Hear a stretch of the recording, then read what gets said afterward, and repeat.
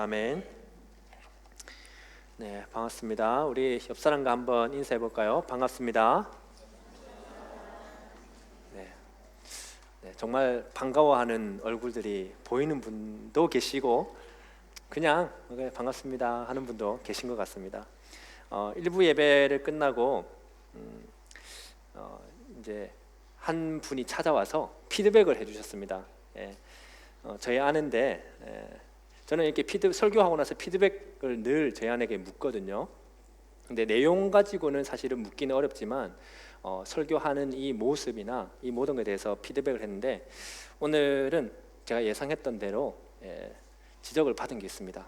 1부 때 말을 너무 빨리 했다고 합니다. 그래서 무슨 말인지 못 알아듣지는 않았는데 너무 빨랐으니까 2부 때는 조금만 천천히 해달라 이렇게 요청이 들어와서 2부 때는 최대한 제가 할 수 있는 최대한 노력을 해서 천천히 시간이 뭐 2시간, 3시간 걸리든 최대한 천천히 하도록 하겠습니다.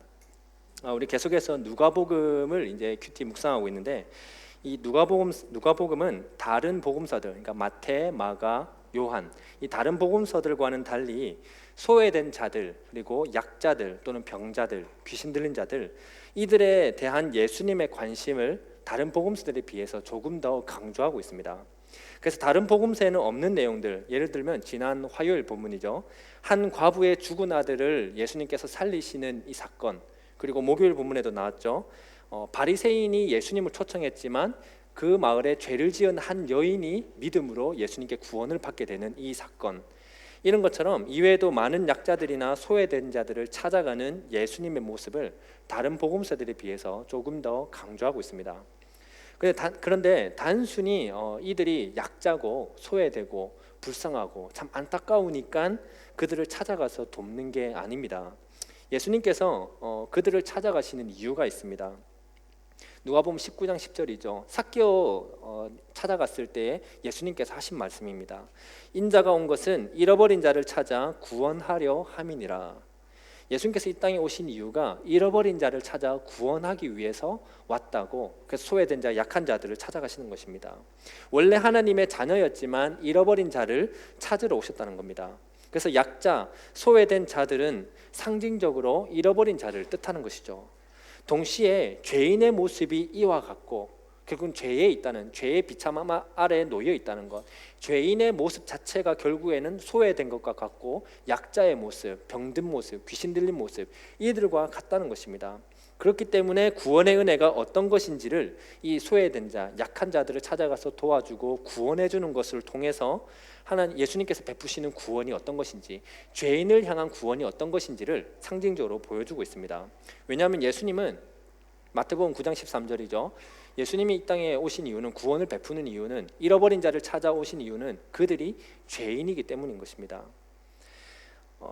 오늘 본문도 이 소외된 자, 약자라고 할 수 있는 귀신 들린 한 사람을 구원하는 예수님의 모습이 나오고 있습니다. 예수님은 광풍을, 어제 본문이죠, 광풍을 잔잔하게 하신 후에 이제 갈릴리 맞은편 거라사인의 땅에 이르렀습니다.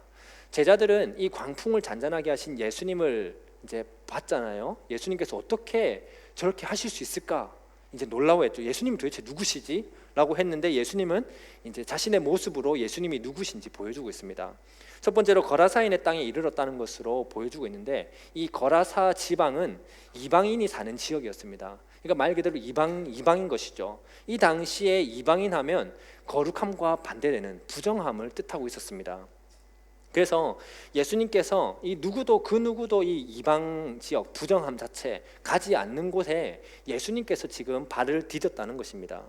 예수님께서 지금 보여주시는 모습은 아무도 가지 않는 이 이방 자체, 부정함 자체는 결국에는 소외되고 약자다, 부정함 자체가 죄인이라는 것이다, 죄라는 것이다, 그곳에 내가 찾아가고 있다 하는 것을 몸으로 보여주고 있습니다. 그래서 이제 이곳에 딱 도착했을 때에 오랫동안 귀신 들린 한 사람이 예수님을 찾아오게 됩니다. 오늘 말씀은 귀신 들린 자의 모습과 행동을 다음과 같이 기록하고 있습니다. 27절이죠. 그 사람은 오래 옷을 입지 아니하며 집에 거하지도 아니하고 무덤 사이에 거하는 자라라고 얘기하고 있습니다. 먼저 그는 옷을 입고 있지 않다고 합니다. 귀신 들린 사람이 옷을 입지 않은 상태로 지낸다고 하는 겁니다.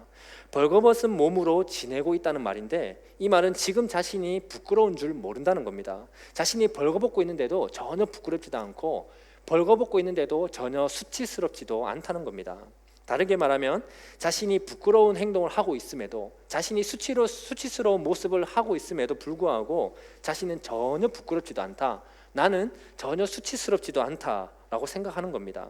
자신의 행동이, 자신의 모습이, 자신이 살아가고 있는 이 삶의 모습이 이게 왜 부끄럽지? 이게 왜 수치스럽지? 그걸 모른다는 겁니다. 또 어떻게 묘사하고 있죠? 집에 거하지 않고 무덤 사이에 거하고 있다고 합니다. 가족이나 다른 사람과 정상적인 일반적인 관계를 유지하며 살고 있지 않다는 것이죠. 그 삶을, 일반적인 삶을 살 수 없다는 겁니다. 그래서 그런 삶보다는 오히려 시체가 묻혀 썩어가는 이 무덤에서 살아갈 수밖에 없는 존재가 지금 귀신 들린 사람의 존재라는 겁니다.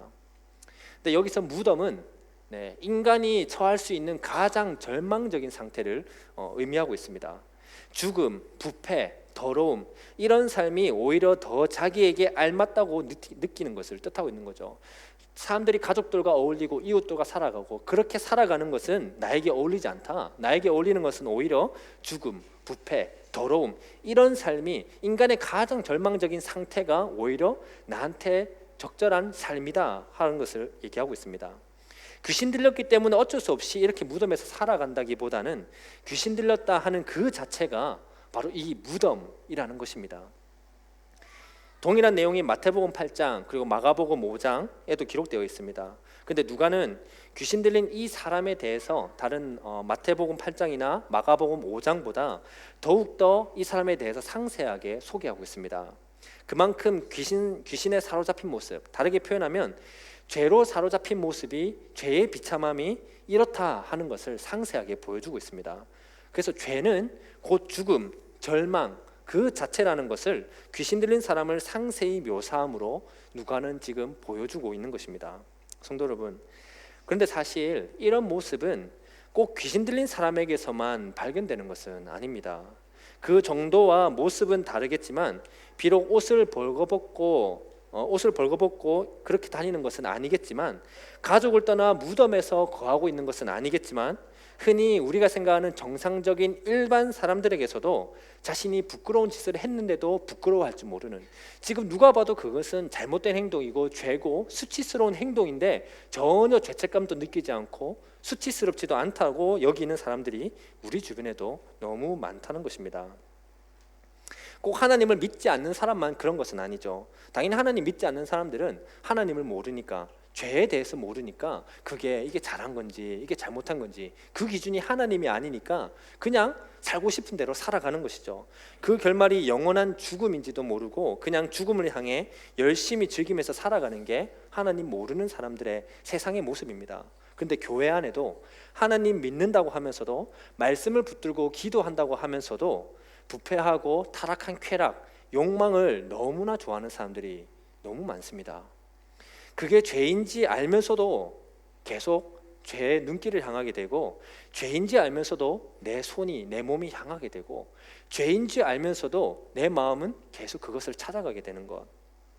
그래서 그 가운데서 썩어가는 일을 너무나 자연스럽고 너무나 즐거운 것으로 느끼는 사람이 교회 다니는, 하나님 믿는다고 하는 사람들 중에서도 너무 많다는 것입니다. 스스로 믿음을 타협하면서 이 정도는 그래도 다음번에 기도해야지, 다음번에 찬양했으니까 또 다음번에 이렇게 하면 되겠으니까 스스로 하나님 이 정도는 봐주시겠지, 스스로 믿음을 타협하면서 죄와 자연스럽게 어울려 살아가는 모습이죠. 저와 여러분의 모습이 이렇지 않습니까? 혹시 여러분 가운데 강사님 나는 그런 거 전혀 하지 않습니다, 나에게는 그거 1도 찾아볼 수 없습니다 하는 분 계십니까? 우리 가운데는 일부러 죄를 더 좋아하고, 그게 죄인지 알지만 죄를 더 따라 살고, 그게 진짜 죄구나, 그럼 난 죄 지어야지 하면서 욕망을 더 따라 사는 사람이 모르겠습니다, 어쩌면 있을지도. 그렇지만 대부분은 아마 스스로 자기도 의식하지 못하는 사이에 죄의 영향 아래에 놓여 있다는 것을 발견하실 것입니다. 나 스스로도 모르게 내가 죄 지어버렸네, 나도 모르게 죄의 자리에 섰네, 알고 보니까 이게 죄였네, 내 모습에 이게 죄였구나, 자기도 모르게 거기에 빠져 있다는 것을, 그 자리에 섰다는 것을 발견하게 되는 것입니다. 근데 이렇게 죄로 인해 비참한 삶을 살아가는 사람이 예수님을 보고 어떻게 외치고 있습니까? 28절이죠. 예수를 보고 부르짖으며 그 앞에 엎드려 큰 소리로 불러 이르되 지극히 높으신 하나님의 아들 예수여, 당신이 나와 무슨 상관이 있나이까? 당신께 구하노니 나를 괴롭게 하지 마옵소서. 이렇게 외치고 있습니다. 어제 본문에서 예수님과 제자들은 호수를 건너다가 폭풍을 만났습니다. 제자들은 그 순간 너무 무서워서 죽을 것 같으니까 예수님을 깨워서 도와달라고 합니다. 그런데 예수님은 이제 일어나서 그 폭풍을 야단치고 잔잔하게 만드셨죠. 그래서 그 위험한 죽음의 위협에서 이들을 안전하게 보호해 주셨습니다. 제자들은 그렇게 하신 예수님을 보고 어떻게 했습니까? 아, 예수님 감사합니다. 이게 아니라 놀라서 도대체 예수님이 누구지? 라고 생각하게 됩니다. 아니, 우리가 그렇게 말씀 듣고 따라다니고 같이 지내는 이 예수님이 도대체 누구길래 저 풍랑을, 광풍을 잔잔하게 하시는 거지? 예수님에 대해서 아직 알 수 없는 상태에 있었습니다. 근데 지금 귀신 들린 이 사람은 예수님이 누구인지 제대로 보고 있죠. 지극히 높으신 하나님의 아들이라고 제대로 알고 있습니다. 물론 이 사람이 예수님이 누구신지 알다기보다는 그 속에 있는 귀신이 아는 거겠죠. 근데 예수님이 하나님의 아들인지 제대로 알고 있는데 그에 대한 자세와 태도는 그 아는 것에 어울리지 않는 모습을 하고 있습니다. 예수님을 향해 자기와는 아무 상관이 없는 분으로 취급하고 있습니다. 예수님, 하나님의 아들이시지. 하나님, 유일하신 하나님의 아들 예수님 맞습니다. 그런데 나와는 아무런 관계를 갖고 싶지 않습니다 하는 것입니다. 예수님과는 아무런 관계를 갖고 싶지 않다는 자기의 의도를 이렇게 말로 표현하고 있는 것입니다. 오히려 자기를 괴롭힌다고 반응하고 있죠. 성도 여러분, 이처럼 죄에 사로잡히며 즐기며 살아가게 되면 비록 예수님에 대해 이미 들어서 제법 알고 있다 할지라도, 우리가 예수님은 어떤 분이신지 말씀을 듣고 또 신앙생활을 오래 해오면서 잘 알고 있다 할지라도 나도 모르게 이 죄에 계속 살아가게 된다면 예수님은 나와는 상관없는 분, 내가 알고 있는 예수님 그런 분 안다. 그렇지만 굳이 그 예수님과 더 가까이 하고 싶지는 않고 내가 알고 있는 예수님 스탑, 거기에 멈추시고 이 이상 나와는 가까이 하지 맙시다. 이 정도 거리로 그냥 만족합니다. 이렇게 살아가게 된다는 것입니다. 예수님이 십자가에서 내 죄를 대신 지시고 못 박혀 죽어주신 분, 그렇지, 예수님이 십자가에 못 박혀 죽어주셨지. 거기서 끝인 것입니다. 그게 나랑 무슨 상관이 있지? 그게 내 삶에 도대체 어떤 의미로 다가온다는 거지? 알고 싶지도 않고 관심을 갖지도 않는 것이죠. 그러니 말씀은 더더욱 보지도 않는 거죠. 말씀을 통해 예수님이 어떤 분이신지, 예수님께서 구원하신 그 의미가 내 삶에 어떤 의미로 다가오는지 우리가 읽고 묵상하고 고민하고 기도하면서 하나씩 그 의미를 발견하면서 하나님 믿습니다 하면서 나아가야 되는 건데 거기에는 관심을 가지지 않는다는 거죠. 큐티책, 집에 손님들이 오면, 교회 사람들이 오면 혹 그래도 내가 교회 집사인데 권사인데 그래도 교회 다니는 사람인데 하는 마음이 있으니까 양심상 큐티책은 구매해놓고 책상 위에 눈에 보이는데 딱 올려놓고 그렇게 하는 분도 있을지 모르겠습니다. 내 삶에서 진심으로 예수님께 별로 관심이 없이 그저 살아간다면, 예수님 말씀 들어서 예수님 알지만 또 하나님 믿는 거 나 알지만 그렇지만 예수님께 별로 관심 없이 이렇게 살아간다면 주일만 그리스도인, 주일만 하나님 한번 생각하고 주일만 하나님 말씀 한번 듣는 거고 평일에는 내 인생이니까 내 마음대로 내가 해야 될 대로 살아가는 것, 자신도 모르게 예수님을 그렇게 거리를 두고 살아가고 있는지도, 살아가는 모습이 나타나게 되는 것입니다. 어쩌면 이조차도 느끼지 못하는 분이 여기에 계신지도 모르겠습니다. 여전히 들어도 나는 여전히 관심 없다. 그게 나랑 무슨 상관이냐. 예수님과 거리가 멀든 말든, 예수님이 어떤 일을 하셨든 말든, 은혜가 뭐든 말든 관심이 전혀 없는, 전혀 내가 거리가 있다는 것에도 느끼지 않는 이런 분도 계신지 모르겠습니다. 그런데 여러분, 예수님은 전혀 개의치 않으시고 다가오시는 분이심을 오늘 말씀하고 있습니다. 예수님, 나 예수님 관심 없습니다. 예수님 알고 싶지도 않습니다. 내가 이 정도 예수님 알면 됐지 왜 예수님에 대해 더 알아야 합니까? 내가 살아가는 하루하루 이렇게 힘들어 죽겠는데 왜 예수님을 더 알아서 내 삶에 더 적용을 하면서, 왜 믿음 생활을 더 강조하면서 왜 그렇게 내가 살아야 합니까? 예수님 누구신지도 내가 모르는 게 아닌데 왜 말씀 보고 예수님에 대해 더 알아라 그렇게 말씀하십니까? 지금 하루하루 내가 먹고 사는 게 너무나 힘들어 죽겠는데 왜 시간 내서 예수님 알기를 내가 힘을 써야 합니까? 내 하루 살아내는 것도 힘써서 살아내는 게 너무 힘든데 왜 거기에서 시간을 쪼개서 예수님 아는 것까지 힘써라고 합니까? 예수님은 어떻게 반응하겠습니까? 경상도 표현 그대로 하면 그래 알겠다 치아라 이렇게 하면 참 우리도 놀라겠죠. 근데 예수님은 그렇게 바로 거부하는 우리를 그래 알겠다 나도 그럼 거부할게 잘 가라 그렇게 하시지 않으십니다. 오히려 그렇게 반응하고 있는 이 귀신 들린 사람, 또 그렇게 나도 모르게 모습으로 삶의 모습으로 하나님 믿는다고 하지만 예수님을 거리두고 있는, 그렇게 반응하고 있는 우리가 하나님과 계속 멀어지게 하는 죄에 사로잡혀 있다는 것을 예수님은 잘 아시기 때문입니다. 그래서 오늘 표현대로 하면 쇠사슬과 고랑, 족쇄로도 제어할 수 없는 상태에 있다는 것을 그 누구보다도 잘 아시는 것입니다. 그 어떤 방법을 스스로 노력해도 이 죄에서 벗어날 수 없다는 것을, 스스로 죄를 안 지으려고 막 노력해도 스스로는 이 죄에서 벗어날 수 없다는 것을 예수님은 잘 아시는 것입니다. 그래서 예수님은 그 비참한 고통에서 어떤 상태인지 정말로 아시니까 부정함, 죄 그 자체에 있는 걸 아시기 때문에 그 고통에서 건져주시려고 친히 우리가 있는 이 부정함, 죄인 우리에게 다가오시는 것입니다. 여기서 예수님은 죄의 힘이 얼마나 강력한지 오늘 본문을 통해 귀신과의 대화를 통해, 귀신 들린 사람과의 대화를 통해서 죄의 힘이 얼마나 강력한지 보여주고 있습니다. 29절에 보면 쇠사슬과 고랑, 족쇄로도 막 막으려고 애썼는데 어떻게 됩니까? 그 맨 것을 끊고 귀신에게 몰려 광야로 나갔다, 그렇게 얘기하고 있습니다. 여기에서 귀신에게 몰려 나갔다 하는 표현은 지금 밖에 바람이 많이 불고 있는데, 바람이 부는 것을 우리가 어떻게 알 수 있죠? 그냥 허공에 보면 바람이 부는 걸 우리는 알 수 없습니다. 그런데 바람이 불 때 나무가 흔들흔들 거리는 거, 이것을 보고 지금 바람이 불고 있구나, 바람에 나무가 흔들리고 있구나, 이것을 알 수 있죠. 이처럼 귀신에게 몰려 나갔다는 것은 귀신이 그냥 쑥 오니까 바람이 불 때 나무가 흔들리는 것처럼 그렇게 흔들려 끌려갔다는 겁니다. 마치 비닐봉지를 놔두면 바람이 불면 휙 날아가듯이 귀신이 오니까 휙 끌려 나갔다 하는 표현인 것입니다. 그 말은 죄가 유혹을 하면 이렇게 쉽게, 죄가 다가오면 이렇게 가볍게 끌려갈 수밖에 없는 게 죄의 비참함에 있는 사람의 모습이다 하는 것을 말씀하고 있는 것입니다. 동시에 이렇게 쉽게 끌려갈 수 있을 정도로 죄는 너무나 강력하다 하는 것을 말씀하고 있는 것입니다. 또 죄의 힘이 얼마나 강력한지 예수님께서 밝혀주시는데, 귀신 들린 사람에게 이름을 묻습니다. 그랬더니 뭐라고 얘기하죠? 내 이름은 군대입니다. 이 사람의 이름 자체가 저 윤지환, 이것처럼 이 사람의 이름 자체가 군대라는 게 아니라 지금 귀신의 이름 자체가 군대라는 것을 얘기하고 있습니다. 이것은 역으로 이 사람이 얼마나 철저하게 이 귀신의 힘에, 죄의 힘에 지배를 받고 있었는가를 보여주고 있는 것입니다. 그리고 군대라는 말은 당시 로마의 매우 강한 한 군대의 부대, 어떻게 보면 특수 부대라고 할 수 있죠. 그 특수 부대를 뜻하는 것인데, 그 부대의 부대원은 약 5,000명에서 6,000명 정도 되는 특수 부대라고 할 수 있습니다. 그 부대가 지금 이 사람을 사로잡고 있다는 것입니다. 이 역시 죄의 영향력이 얼마나 강력한지를 보여주고 있는 것입니다. 사람이 아무리 발버둥쳐도 이 강력한 게 죄다 하는 것을 보여주고 있는 것입니다.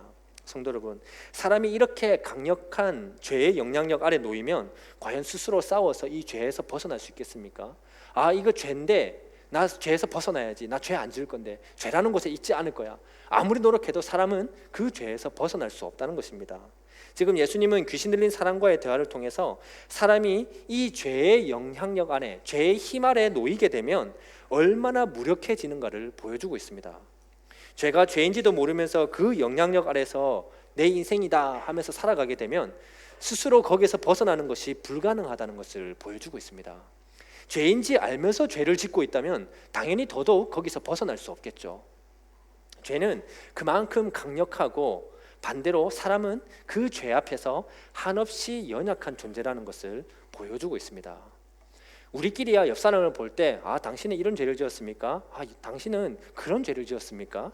서로 보면서 죄가 이런 죄 저런 죄, 죄의 차이, 크기 차이를 우리끼리는 얘기할 수 있을지 모르겠지만, 죄 앞에서는 다 사로잡힐 수밖에 없는, 죄의 힘 아래서는 그 누구도 반항할 수 없는, 그냥 억눌릴 수밖에 없는 존재라는 걸 오늘 우리에게 말씀하고 있습니다.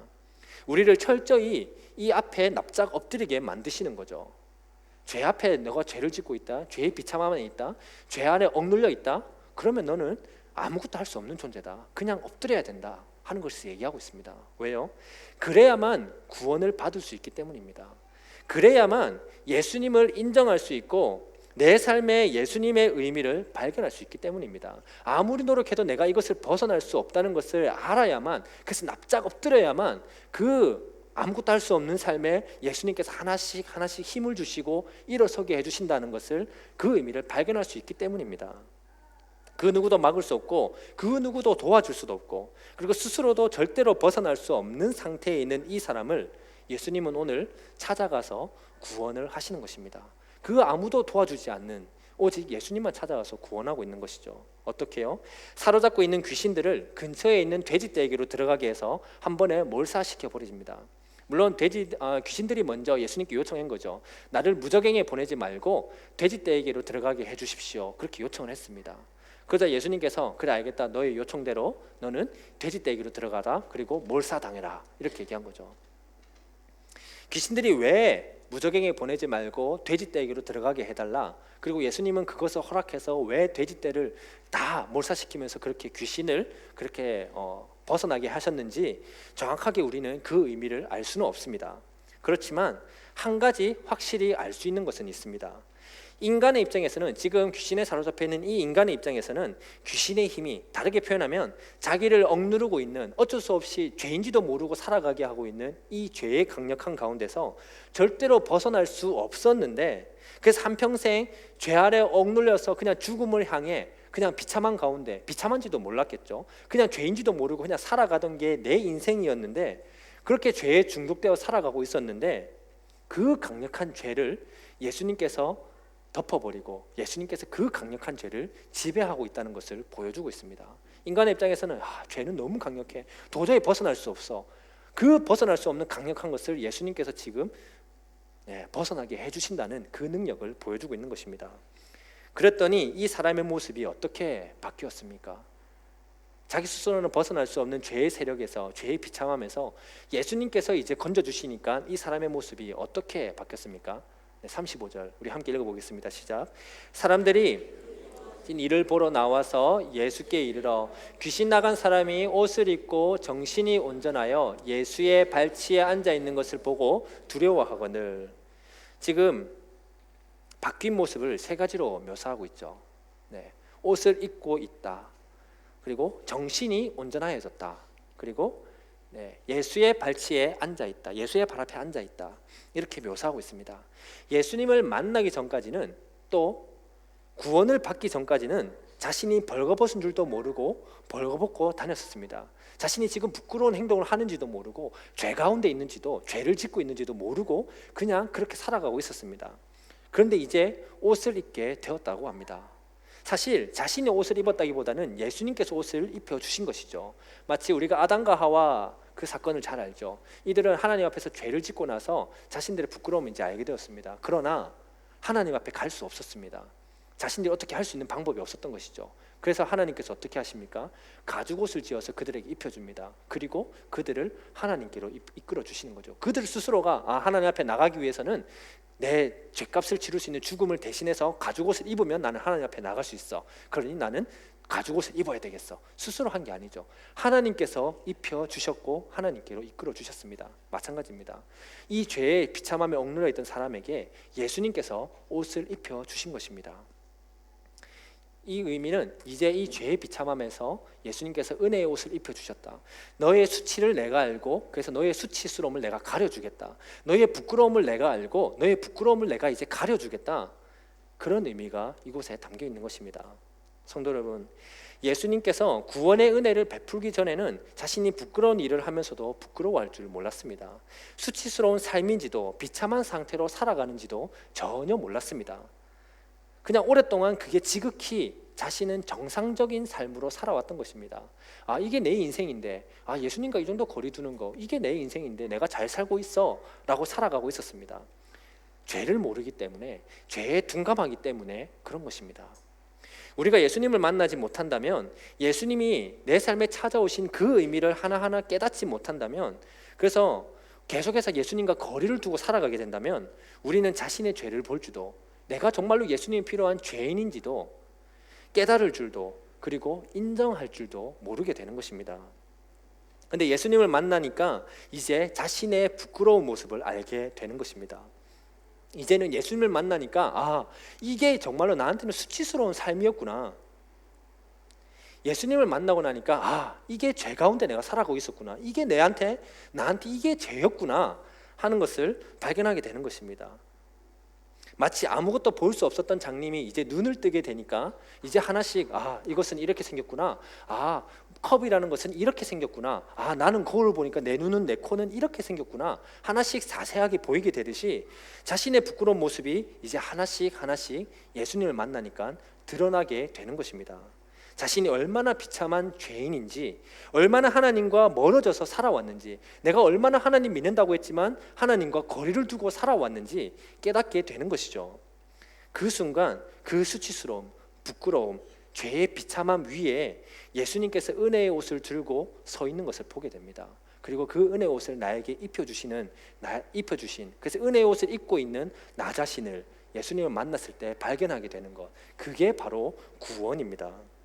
여러분, 예수님의 은혜의 옷을 입은 이 사람의 모습이 또 어떻게 바뀌었습니까? 정신이 온전해졌습니다. 이전에는 귀신 들려 있었으니까, 그래서 마태복음이나 마가복음 가보면 자기 스스로를 막 학대하고 있습니다. 자기 자신을 막 미친 사람처럼. 이제 미친 사람이 아니라 이제는 일반 정상적이다 해서 정신이 온전해졌다 하는 것도 있겠죠. 그러나 그것보다는 영적으로 회복되었다, 죄를 이제 알게 되었다, 죄의 비참함이 뭔지, 죄의 비참함 가운데 살아가는 인생이 뭔지 이제 알게 되었다, 죄에 민감해졌다 하는 것을, 이 정신이 온전해졌다 하는 것을 나타내고 있습니다. 아주 작은 죄의 유혹만 받아도 그전에는 귀신에게 몰려 날아가듯이, 바람이 불면 휙 날아가듯이 작은 죄의 유혹만, 죄가 나한테 찾아오더라도 나는 쉽게 눈길이 가게 되고, 쉽게 손이 가게 되고, 쉽게 내 몸이 죄로 가게 되고, 그렇지만 이제는 무엇이 옳은지 판단할 수 있게 되었다는 말입니다. 이제 무엇이 판단하게 되니까 어떻게 하게 됩니까? 예수님의 발 앞에 앉게 되는 것입니다. 더욱더 예수님과 떨어질 수 없는 것이죠. 죄가 뭔지 알게 되니까, 죄에 민감해지니까, 어떻게 하는 것이 옳은 것인지, 어떻게 하는 것이 하나님께서 창조하신 목적대로 구원받은 사람대로 살아가는 것인지 옳게 분별하니까 예수님 앞에 더 앞에 나아가게 되는 것입니다. 죄인지 모르고 죄에 사로잡혀 살아갈 때는 죽음을 상징하는 무덤에서 날마다 살아가고 있었는데, 그게 비참한 삶인지도 전혀 몰랐는데, 그게 내 인생이고, 그러면 이 인생에서 어떻게 하면 나는 잘 살 수 있을까? 어떻게 하면 나는 소소한 즐거움을 찾아서 이 인생을 즐겁게 살아갈 수 있을까? 그게 이 사람의 인생이었는데 이제는 어디에 있습니까? 비참함이 뭔지 알고 그 비참함을 건져줄 수 있는 예수님 앞에 있는 것입니다. 이렇게 살아가는 거는 내가 잘못된 삶이었구나, 예수님 앞에 나아가야지만 내가 바르게 살아갈 수 있구나, 이것을 알게 된 것입니다. 예수님께서 잃어버린 자를 찾아 구원하시는 은혜는, 잃어버린 자를 친히 찾아와서 죄의 비참함에서 건져주시는 이 구원의 은혜는 바로 이런 놀라운 변화를 이끌어내는 것입니다. 성도 여러분, 정말로 구원의 확신이 여러분 가운데 있습니까? 청소년부 캠프 때 이제 기도회하기 전날 제가 아이들한테 질문을 했었습니다. 혹시 여러분들은 지금 당장 만약 죽으면 구원을 받을 수 있다고 생각합니까? 지금 당장 죽으면 나는 죽어서 눈 떴을 때 펼쳐지는 게 천국이다 라고 생각하냐? 그렇게 생각하는 친구 손 들어봐라 했더니 예상한 대로 전부 전멸이었습니다. 다 그냥 고개 숙이고. 그 나이 때는 다 그렇게 고민할 수밖에 없고, 아직 확신이 긴가민가 할 수도 있습니다. 물론 그때만이 아니라 어른이 돼서도 하나님 믿고 살아가는 신앙생활을 20년, 30년, 40년 죽기 전까지 근데 이 확신이 없는 사람도 사실은 있습니다. 그렇지만 여기에 앉으신 여러분 모두는 구원의 확신이 있습니까? 라고 질문했을 때 겉으로는 예 있습니다 라고 안 해도 속으로 아멘 했으리라고 가정하고 제가 계속 이어나가겠습니다. 만약 정말로 너는 구원의 확신이 있다 라고 여러분 스스로가 만약에 속으로 아멘, 나는 정말 지금 죽어도 눈 떴을 때 지옥이 펼쳐지는 게 아니라 천국이 펼쳐질 것이다, 하나님 나라가 펼쳐질 것이다 라고 확신하신다면 적어도 이 사람처럼 변화된 모습이 여러분의 모습에는 나타나야 하는 것입니다. 예수님의 은혜의 옷이 만약에 나한테 입혀지지 않았다면 나는 여전히 영원한 부끄러움과 수치스러움, 비참함이 뭔지도 모르고 살아갔을 거고 그대로 그냥 죽음을 향해 그냥 하루하루 살아갔을 거다. 죄가 뭐인지도 모르고 죄에 둔감해져서 아주 자연스럽게 죄와 열심히 어울리면서 살아갔을 거다. 하나님께로 이끄시는 예수님 앞의 삶은 1도 관심을 가지지 않고 어둡고 더러운 무덤에서 살아가는 내 인생이다. 그리고 이 인생이 나는 열심히 살아야 되겠다. 스스로 즐거움이 뭔지 이곳에서 살아가는 것, 그게 아마 우리가 예수님의 은혜를 입지 않았다면, 구원의 확신이 없다면 그렇게 살아갔을 겁니다. 근데 정말로 구원을 받았다고 여러분들이 확신을 한다면, 그 은혜가 내 삶에 진짜로 하나하나 의미로 다가온다면, 이래서 구원의 은혜가 나한테 나타나고 있구나.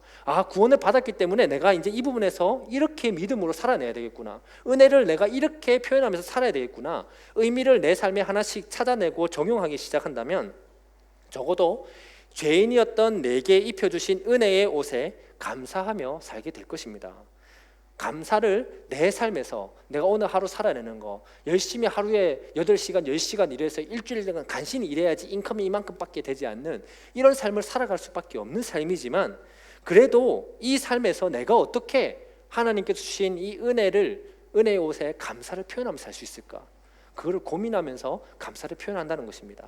헌금 많이 하는 것만이 감사도 아니고, 그냥 열심히 섬기는 것만도 감사가 아닙니다. 자신의 삶에서, 주어진 삶에서 어떻게 내가, 그러면 하나님께서 내가 살아가고 있는 삶에 은혜의 옷을 입혀주셨으니까 그러면 이 삶에서 은혜의 옷을 입고 어떻게 감사를 표현할 수 있을까, 이거를 고민하면서 살아가는 게 변화된 삶이라는 것입니다. 내 삶에서 내가 살아가는 하루의 모습 가운데 뭐가 죄인지 이제 깨닫게 되고, 뭐가 죄인지 민감하게 반응하게 될 것이고, 그래서 더욱 죄를 따라가게 되면 결국엔 또 하나님과 예수님과 또 거리를 두게 되니까, 어떻게 하면 그러면 거리를 두지 않고 옳게 살아갈 수 있을까, 바르게 살아갈 수 있을까, 이것을 고민하면서 예수님 앞에 더욱 가려고 힘쓰게 된다는 것입니다. 이런 모습이 은혜를 입은 구원의 확신이 있는 사람에게 나타나는 변화된 모습인 겁니다. 성도 여러분, 예수님께 구원의 은혜를 입은 이 사람은 이제 그러면 앞으로 어떻게 살기를 원하고 있습니까? 귀신 나간 사람이, 이제 은혜를 입은 사람이 예수님과 함께 있기를 구하게 됩니다. 마치 제자들처럼 계속 예수님을 따르면서 말씀을 듣고 말씀을 배우고 이제 남은 인생을 예수님과 함께 살기를 원한다는 거죠. 이것은 당연히 나타나야 할, 구원받은 사람에게서 당연히 나타나야 할 반응인 것입니다. 나는 구원의 확신이 정말 있습니다. 이제 은혜를 받은 거 압니다. 그런데 예수님 따라 살고는 싶지 않습니다. 그러면 구원받은 게 사실은 아닌 거죠. 확신이 사실은 다시 한 번 더 생각해 봐야 되는 거죠. 정말로 확신이 있다면, 확신이 있으니까, 마치 제가 아내와 이제 결혼을 해야 되겠다, 나는 이제 당신과 결혼을 할 것 같다, 확신을 가졌을 때 어떻겠습니까? 그냥 계속 거리를 뒀겠습니까? 나 이제 너랑 결혼할 것 같다, 같이 결혼하자, 이렇게 얘기하고 같이 살자고 하는 것처럼, 예수님께서 구원의 은혜를 이제 더러움이 아니라 입혀줬을 때는, 깨달았을 때는 당연히 예수님과 함께 살려는 마음이 나타나야 되는 것이죠. 그런데 예수님은 이것을 거절하십니다. 그러나 실상 거절은 아닙니다. 거절을 했지만 거절은 아닙니다. 왜냐?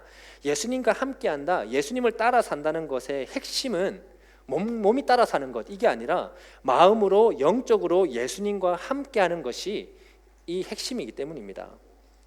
예를 들면 예수님은 제자들과 늘 함께했습니다. 12명의 제자들과. 그 중에 가룟 유다도 속해 있었습니다. 가룟 유다도 다른 제자들과 함께, 예수님과 함께 같이 길을 걷고 얘기를 나누기도 하고, 같이 밥도 먹고 같이 잠도 자고 배도 같이 타고 또 다양한 사람들을 같이 만나고 늘 예수님과 한 공간에 함께 했었습니다. 그러나 그게 예수님과 함께함을 뜻하지는 않습니다. 마음은 예수님과 함께하지 않았고, 영적으로는 그는 예수님과 다른 길을 걸었기 때문입니다. 이처럼 예수님을 따르고 예수님과 함께하는 것의 핵심이 무엇인지 예수님은 이 사람에게 지금 가르쳐주고 있습니다. 이전에는 죄 때문에 비참한 삶을 살아왔고 부끄러웠고 수치러웠던 더러운 삶이었는데, 그러나 이제는 예수님께서 너를 회복시켜 주셨기 때문에, 이제 잃어버렸던 것을 다 회복시켜 주셨기 때문에 그 회복해 주신 그 은혜를 가지고 다시 돌아가서 살아라는 것입니다. 눈에 띄게 이제 돌아가면 눈에 띄게 변화된 삶은 없을 겁니다. 한동안 오래 떨어져 있었으니까 가족과의 관계도 정말 서먹할 것이고 이웃과의 관계도 회복하는 게 쉽지 않을 겁니다. 이제 앞으로 직업을 찾고 이제 돈을 벌고 먹고 사는 일도 사실은 엄청난 고민이고 스트레스고 이제 하나씩 해결해야 나갈 숙제일 겁니다. 그거는 눈에 띄게 변화된 것이 없습니다. 예수님께서 은혜 주셨다고 해서 갑자기 직업이 생기고 갑자기 좋은 집에 살게 되고 갑자기 그 끊어진 가족들이 갑자기 아무렇지도 않게 정말 아빠 엄마 하면서 지내게 되고 그런 게 아니라는 거죠. 눈에 띄게 변화된 없는 그냥 평범한 일상의 삶으로 돌아가겠지만 바뀐 게 있죠. 그전에는 죄가 죄인지도 모르고 죄 속에 살았다면 이제는 죄를 알게 되고 무엇이 하나님 앞에서 옳은 것인지 분별하면서 믿음의 결정과 믿음의 행동을 하려고 노력하게 되는 자신의 모습, 죄가 뭔지 알게 되니까 죄를 이제 멀리하려고 하는 자신의 모습, 그래서 받은 은혜를 가족과 이웃에게 자신이 이제 죄를 멀리하려고 하는 모습과 믿음의 행동을 하려는 그 모습을 통해서 가족과 이웃에게 그 끊어졌던 자기의 일상적인 삶에 그것을 흘려보내는 것, 그것이 예수님과 함께하는 삶이라는 것을 예수님은 가르쳐주고 있는 것입니다. 그래서 예수님과 함께하려는 이 사람에게 아니다, 돌아가서 하나님께서 너에게 베푸신 은혜를 증거하면서 살아라, 그렇게 얘기하는 것입니다. 그게 바로 예수님과 함께하는 삶이라는 것을 구원받은 사람에게 가르쳐 주고 있는 것입니다. 이전에는 스스로 자기가 죄인지 몰랐고 죄를 벗어나서 열심히 살아내는 것, 하나님을 더 잘 믿으며 살아가려는 것, 이전에는 예수님을 만나기 전까지는, 예수님께서 내 삶에 찾아오신 의미를 발견하기 전까지는 절대로 100% 불가능했었지만 이제 예수님의 은혜의 옷을 나에게 입혀주셨기 때문에 내 벌거벗은 몸, 수치스러운 것, 비참한 그 자체로는 절대로 거룩함 자체를 살아갈 수 없었지만 그 더러움 위에 예수님의 은혜의 옷을 입혀주셨기 때문에, 옷이 날개라고 하잖아요. 그렇기 때문에 나는 이제는 살아갈 수 있다는 것입니다.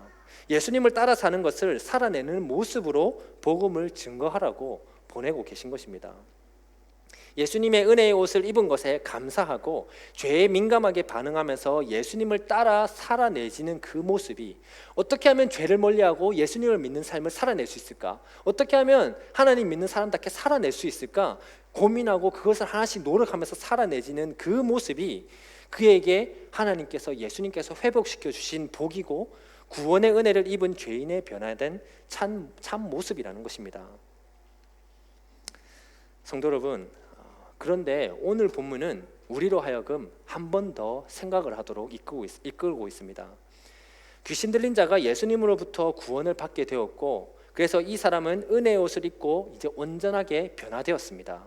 그리고 원래 살던 집으로, 또 원래 자기가 생활하던 이웃에게로 돌아가서 자신의 삶의 모습으로 복음을 증거하는 삶을 살아내기 시작합니다. 그런데 이 사람을 보고 있는 사람들의 반응은 어떻습니까?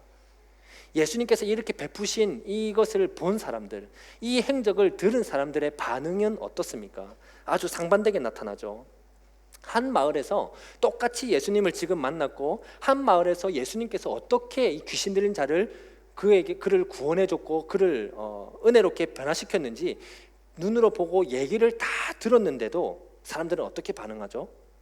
당연한 반응은 이거겠죠. 예수님, 보니까 저 사람을 예수님께서 변화시킨 이 말씀을 내가 들어보니까 내 삶도 죄의 비참함 가운데 있었습니다. 나도 은혜가 필요합니다. 저의 믿음 없음을 불쌍히 여겨주시고 나에게 은혜를 베풀어 주십시오. 구원이 뭔지 내 삶에서 깨닫게 해주십시오 하는 게 당연한 반응이어야겠죠. 근데 이런 반응이 나오지 않습니다. 37절에 나오죠. 예수님을 떠나가라고 구합니다. 한두 명이 아닙니다. 뭐라고 나오죠? 모든 백성이 예수님을 떠나라고 요청하고 있습니다. 예수님이 지금 어떤 은혜를 베푸신지 잘 알겠습니다. 이제 예수님이 구원을 베푸시는 분도 잘 알겠습니다. 구원의 은혜를 받은 사람은 죄인이었다가 이제 어떻게 변화되는지도 잘 알겠습니다. 그런데 예수님, 내 삶에는 찾아오지 마십시오. 내 삶에는 오지 말고 다른 사람에게 가십시오 라고 하고 있는 겁니다. 왜요? 그들은 예수님이 어떤 분이신지 잘 알아도 여전히 그들에게 가치관에는 경제적인 부분이 더 강했기 때문입니다. 경제적으로 손실을 얻게 되는 게, 이렇게 되는 게 더 그들에겐 중요했습니다. 경제적으로 갑자기 쫄딱 망하는 게 예수님 만나는 것보다 더 힘든 삶이었습니다. 예수님 만나는 거, 그래도 나는 이 경제적인 거 빨리 해결하는 게 더 중요해 하고 있는 것입니다. 자신의 영적 비참함에는 관심 1도 없고 현재 눈앞에 살아가야 하는 거기에만 몰두하고 있는 것이죠. 그게 결국에는 예수님을 거리두고 있고 예수님을 멀리한다는 것입니다.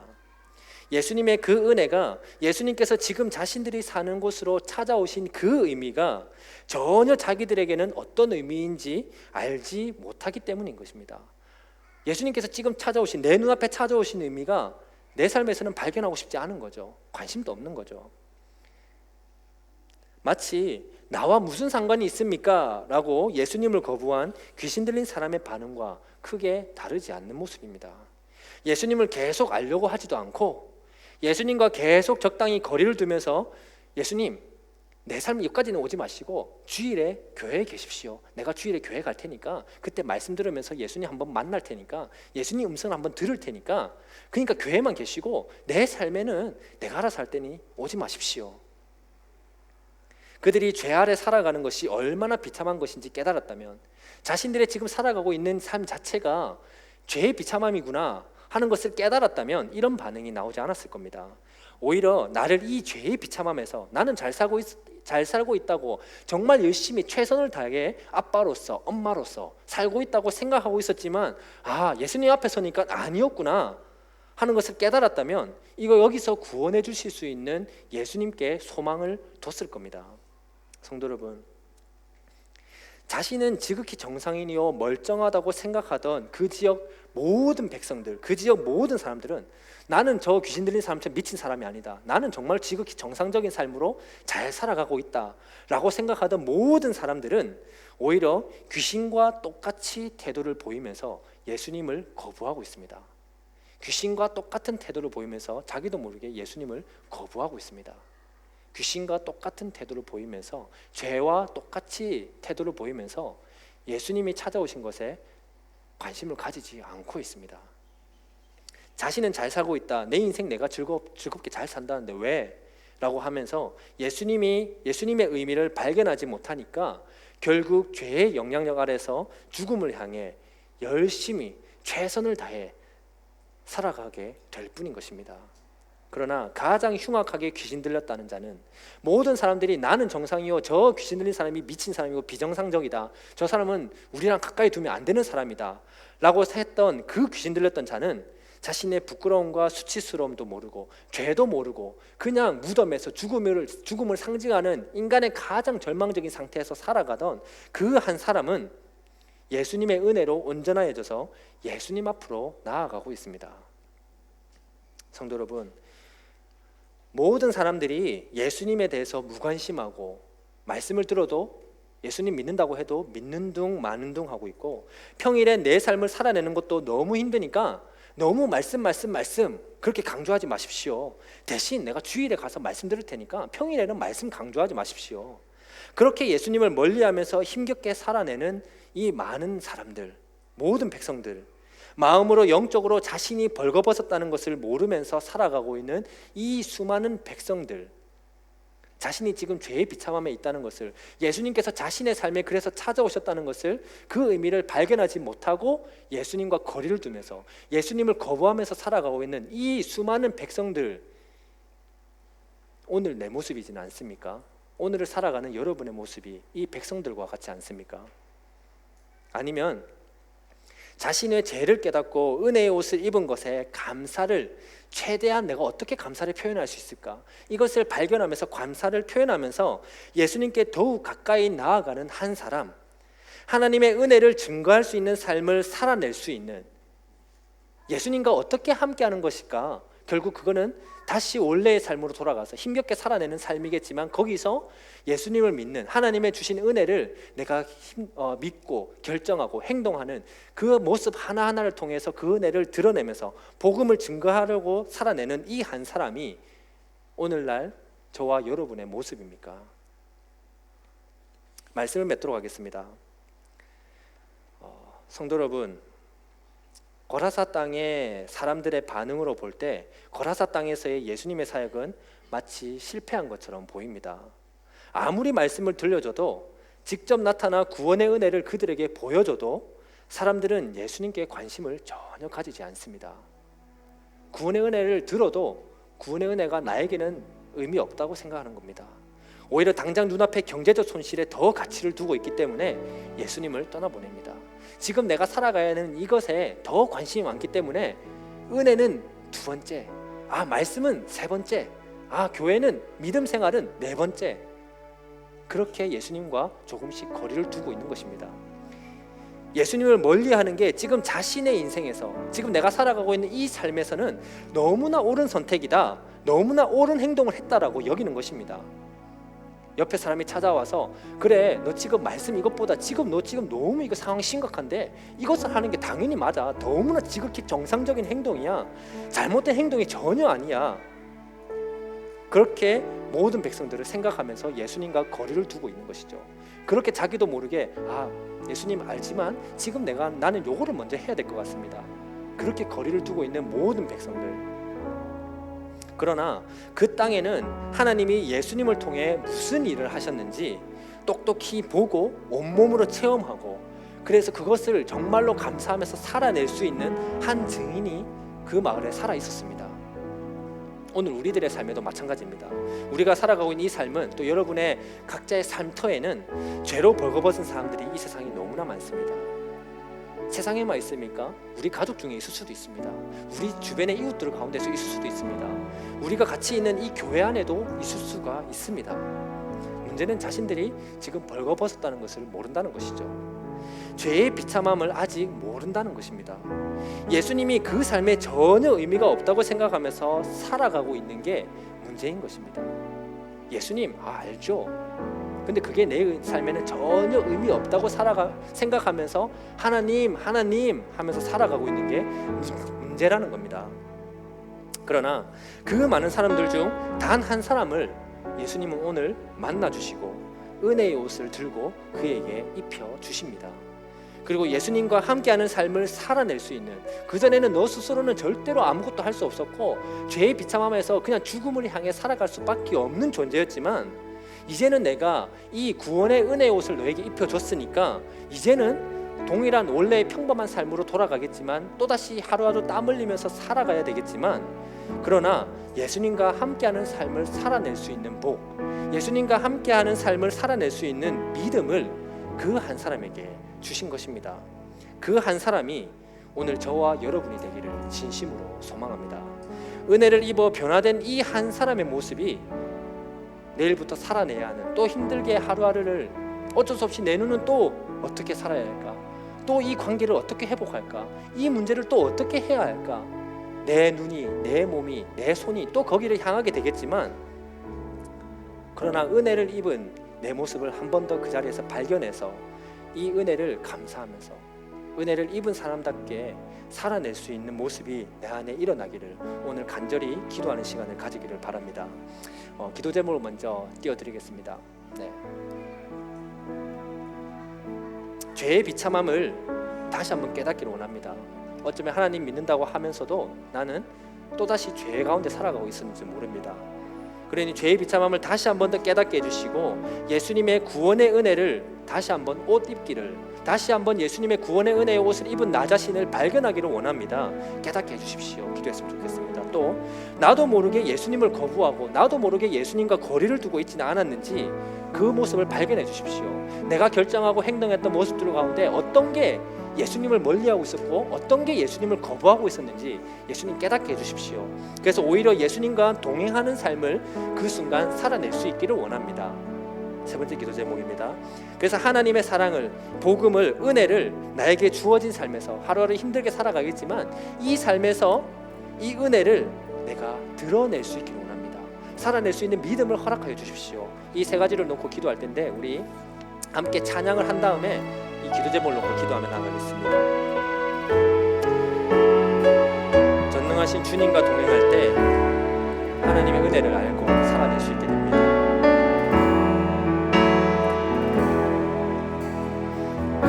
누구나 무거운 짐을 지고 가는 길, 아무도 끝을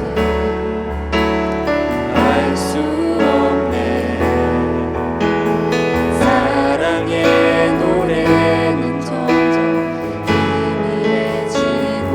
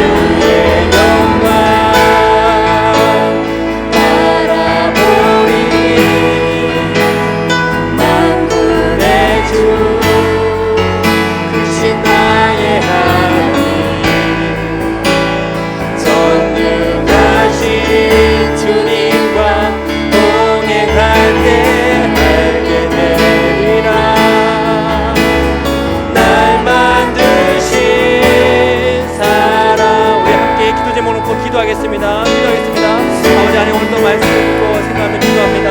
아버지 하나님, 하나님을 믿는다고 하면서도 내 안에 또 너무나 죄의 본성들이 나타나서 나를 사로잡게 되고 죄의 비참함에 또 끌리게 만들 때가 많습니다. 아버지 하나님, 다시 한 번 더 그 구원의 은혜를 깨닫기를 원합니다. 아버지 하나님, 내 안에는 하나님을 믿는다고 구원을 받았다고 확신하면서도 여전히 죄에 휘둘려 살아갈 때가 많습니다. 죄에 휘둘려 살아갈 때도 너무나 많습니다. 나도 모르게 죄의 모습들이 너무나 다양한 모습으로 나타나서 나를 구원의 은혜가 아니라 다시 한 번 더 벌거벗은 모습으로 수치스럽게 나를 이끌 때가 너무나 많습니다. 주님, 이 시간 아버지 하나님 말씀 앞에 섰습니다. 다시 한 번 더 예수님께서 그 구원의 은혜의 옷을 내 앞에 들고 나에게 은혜의 옷을 입혀주신 내 자신을 발견할 수 있기를 원합니다.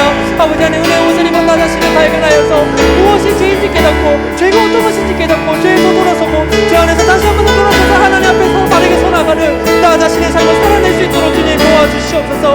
아버지 하나님, 내가 하루하루를 살아내고 있는데 내 안에는 또 예수님을 모르고 예수님을 거부하고 예수님을 멀리하고 있지 않습니까? 나도 내가 결정한 모습들, 내가 살아가는 행동들, 내 모습들, 내가 사람들과의 관계하는 그 모습들, 내가 아버지 하루하루 살아내는 빗대지게 싸우는 이 모습들이 혹시나 예수님을 거부하고 있고 혹시나 예수님과 거리 두고 있지는 않습니까? 아버지 하나님, 깨닫게 하여 주시옵소서. 무엇이 내가 예수님과 거리를 두고 있습니까? 무엇이 예수님을 거리 두고 있습니까? 무엇이 예수님을 멀리하고 있습니까? 아버지 하나님, 깨닫게 하여 주시옵소서. 돌아서게 하여 주시옵소서. 다시 한번 하나님 앞에 바로 서기를 원합니다. 오히려 예수님과 동행하는 삶을 살아낼 수 있기를 원합니다. 아버지 하나님, 다시 한번 죄를 깨닫고 죄가 무엇인지 민감하게 깨닫고 내 삶에서 무엇이 예수님과 멀어졌는지, 하나님과 멀어진 관계가 어떤 부분인지, 틀어진 것이 어떤 것인지 깨닫고 다시 한번 아버지 돌아설 수 있기를 원합니다. 다시 한번 더 돌아설 수 있는 믿음을 허락해 주시고 그 가운데서도 다시 한번 더 살아낼 수 있는 믿음을 허락해 주시고 다시 한번 더 살아낼 수 있는 복을 깨닫게 해 주시옵소서. 예수님께서 나에게 은혜를 구원해 주신 그 참 의미를 내 삶에서 하나하나 발견할 수 있도록 인도해 주시옵소서. 믿음의 눈을 뜨게 해주시고 다시 한번 더 돌아서게 해주시고 하나님의 사랑을, 하나님의 그 복음을 나에게 주어진 내 삶에서 하나씩 드러낼 수 있기를 원합니다. 흩어지게 살아내는 이 삶 가운데서도 하나님의 은혜를 내가 살아낼 수 있고 믿음의 모습을 살아낼 수 있는 복을 허락하여 주시고 그 삶을 통해서 아버지 하나님, 은혜가 나를 통해서 흘러가기를 간절히 원합니다. 은혜를 입은 죄인의 모습, 그것이 오늘 내 모습이 될 수 있기를 간절히 도와주시옵소서. 하나님, 오늘 말씀을 듣고 또 말씀 앞에 나 자신을 다시 한 번 더 내려놓게 됩니다. 예수님의 구원의 은혜의 옷을 입은 죄인의 모습이 오늘 내 모습이 되기를 원합니다. 내 삶이 급급하다고, 하루하루 살아내는 것이 너무나 힘들다고, 나도 모르게 예수님을 거부하고 있지는 않은지, 나도 모르게 예수님과 거리를 두고 있지는 않은지, 그런 모습이 있다면 깨닫게 하여 주시옵소서. 다시 한 번 더 구원의 은혜를 깨닫고 구원의 은혜의 옷을 입은 나 자신을 발견할 수 있는 그 복을 오늘 우리 모두에게 허락하여 주시옵소서. 우리 안에는 여전히 죄의 본성이 도사리고 있어서 너무나 다양한 부분에서 너무나 다양한 모습으로 나를 통해 죄들이 나타나고 있습니다. 아버지 하나님, 그러나 은혜의 옷을 입은 나 자신을 깨닫고 그래서 어떻게 하면 이 은혜의 옷을 입은 사람답게 살아갈 수 있을까, 감사하며 믿음의 삶을 살아낼 수 있을까 고민하고 또 고민하고 또 고민해서 죄가 나를 통해 나타나는 것이 아니라 하나님의 그 은혜가 나의 삶을 통해 나타날 수 있도록 주님 도와주시옵소서. 감사합니다. 예수님의 이름으로 기도합니다. 아멘. 주님께서 가르쳐 주신 기도로 오늘 주일 예배를 마치도록 하겠습니다. 하늘에 계신 우리 아버지여, 이름이 거룩히 여김을 받으시오며 나라가 임하시오며 뜻이 하늘에서 이루어진 것 같이 땅에서도 이루어지이다. 오늘날 우리에게 일용할 양식을 주옵시고 우리가 우리에게 죄 지은 자를 사하여 준 것 같이 우리 죄를 사하여 주옵시고 우리를 시험에 들게 하지 마옵시고 다만 악에서 구하시옵소서. 대개 나라와 권세와 영광이 아버지께 영원히 있사옵나이다.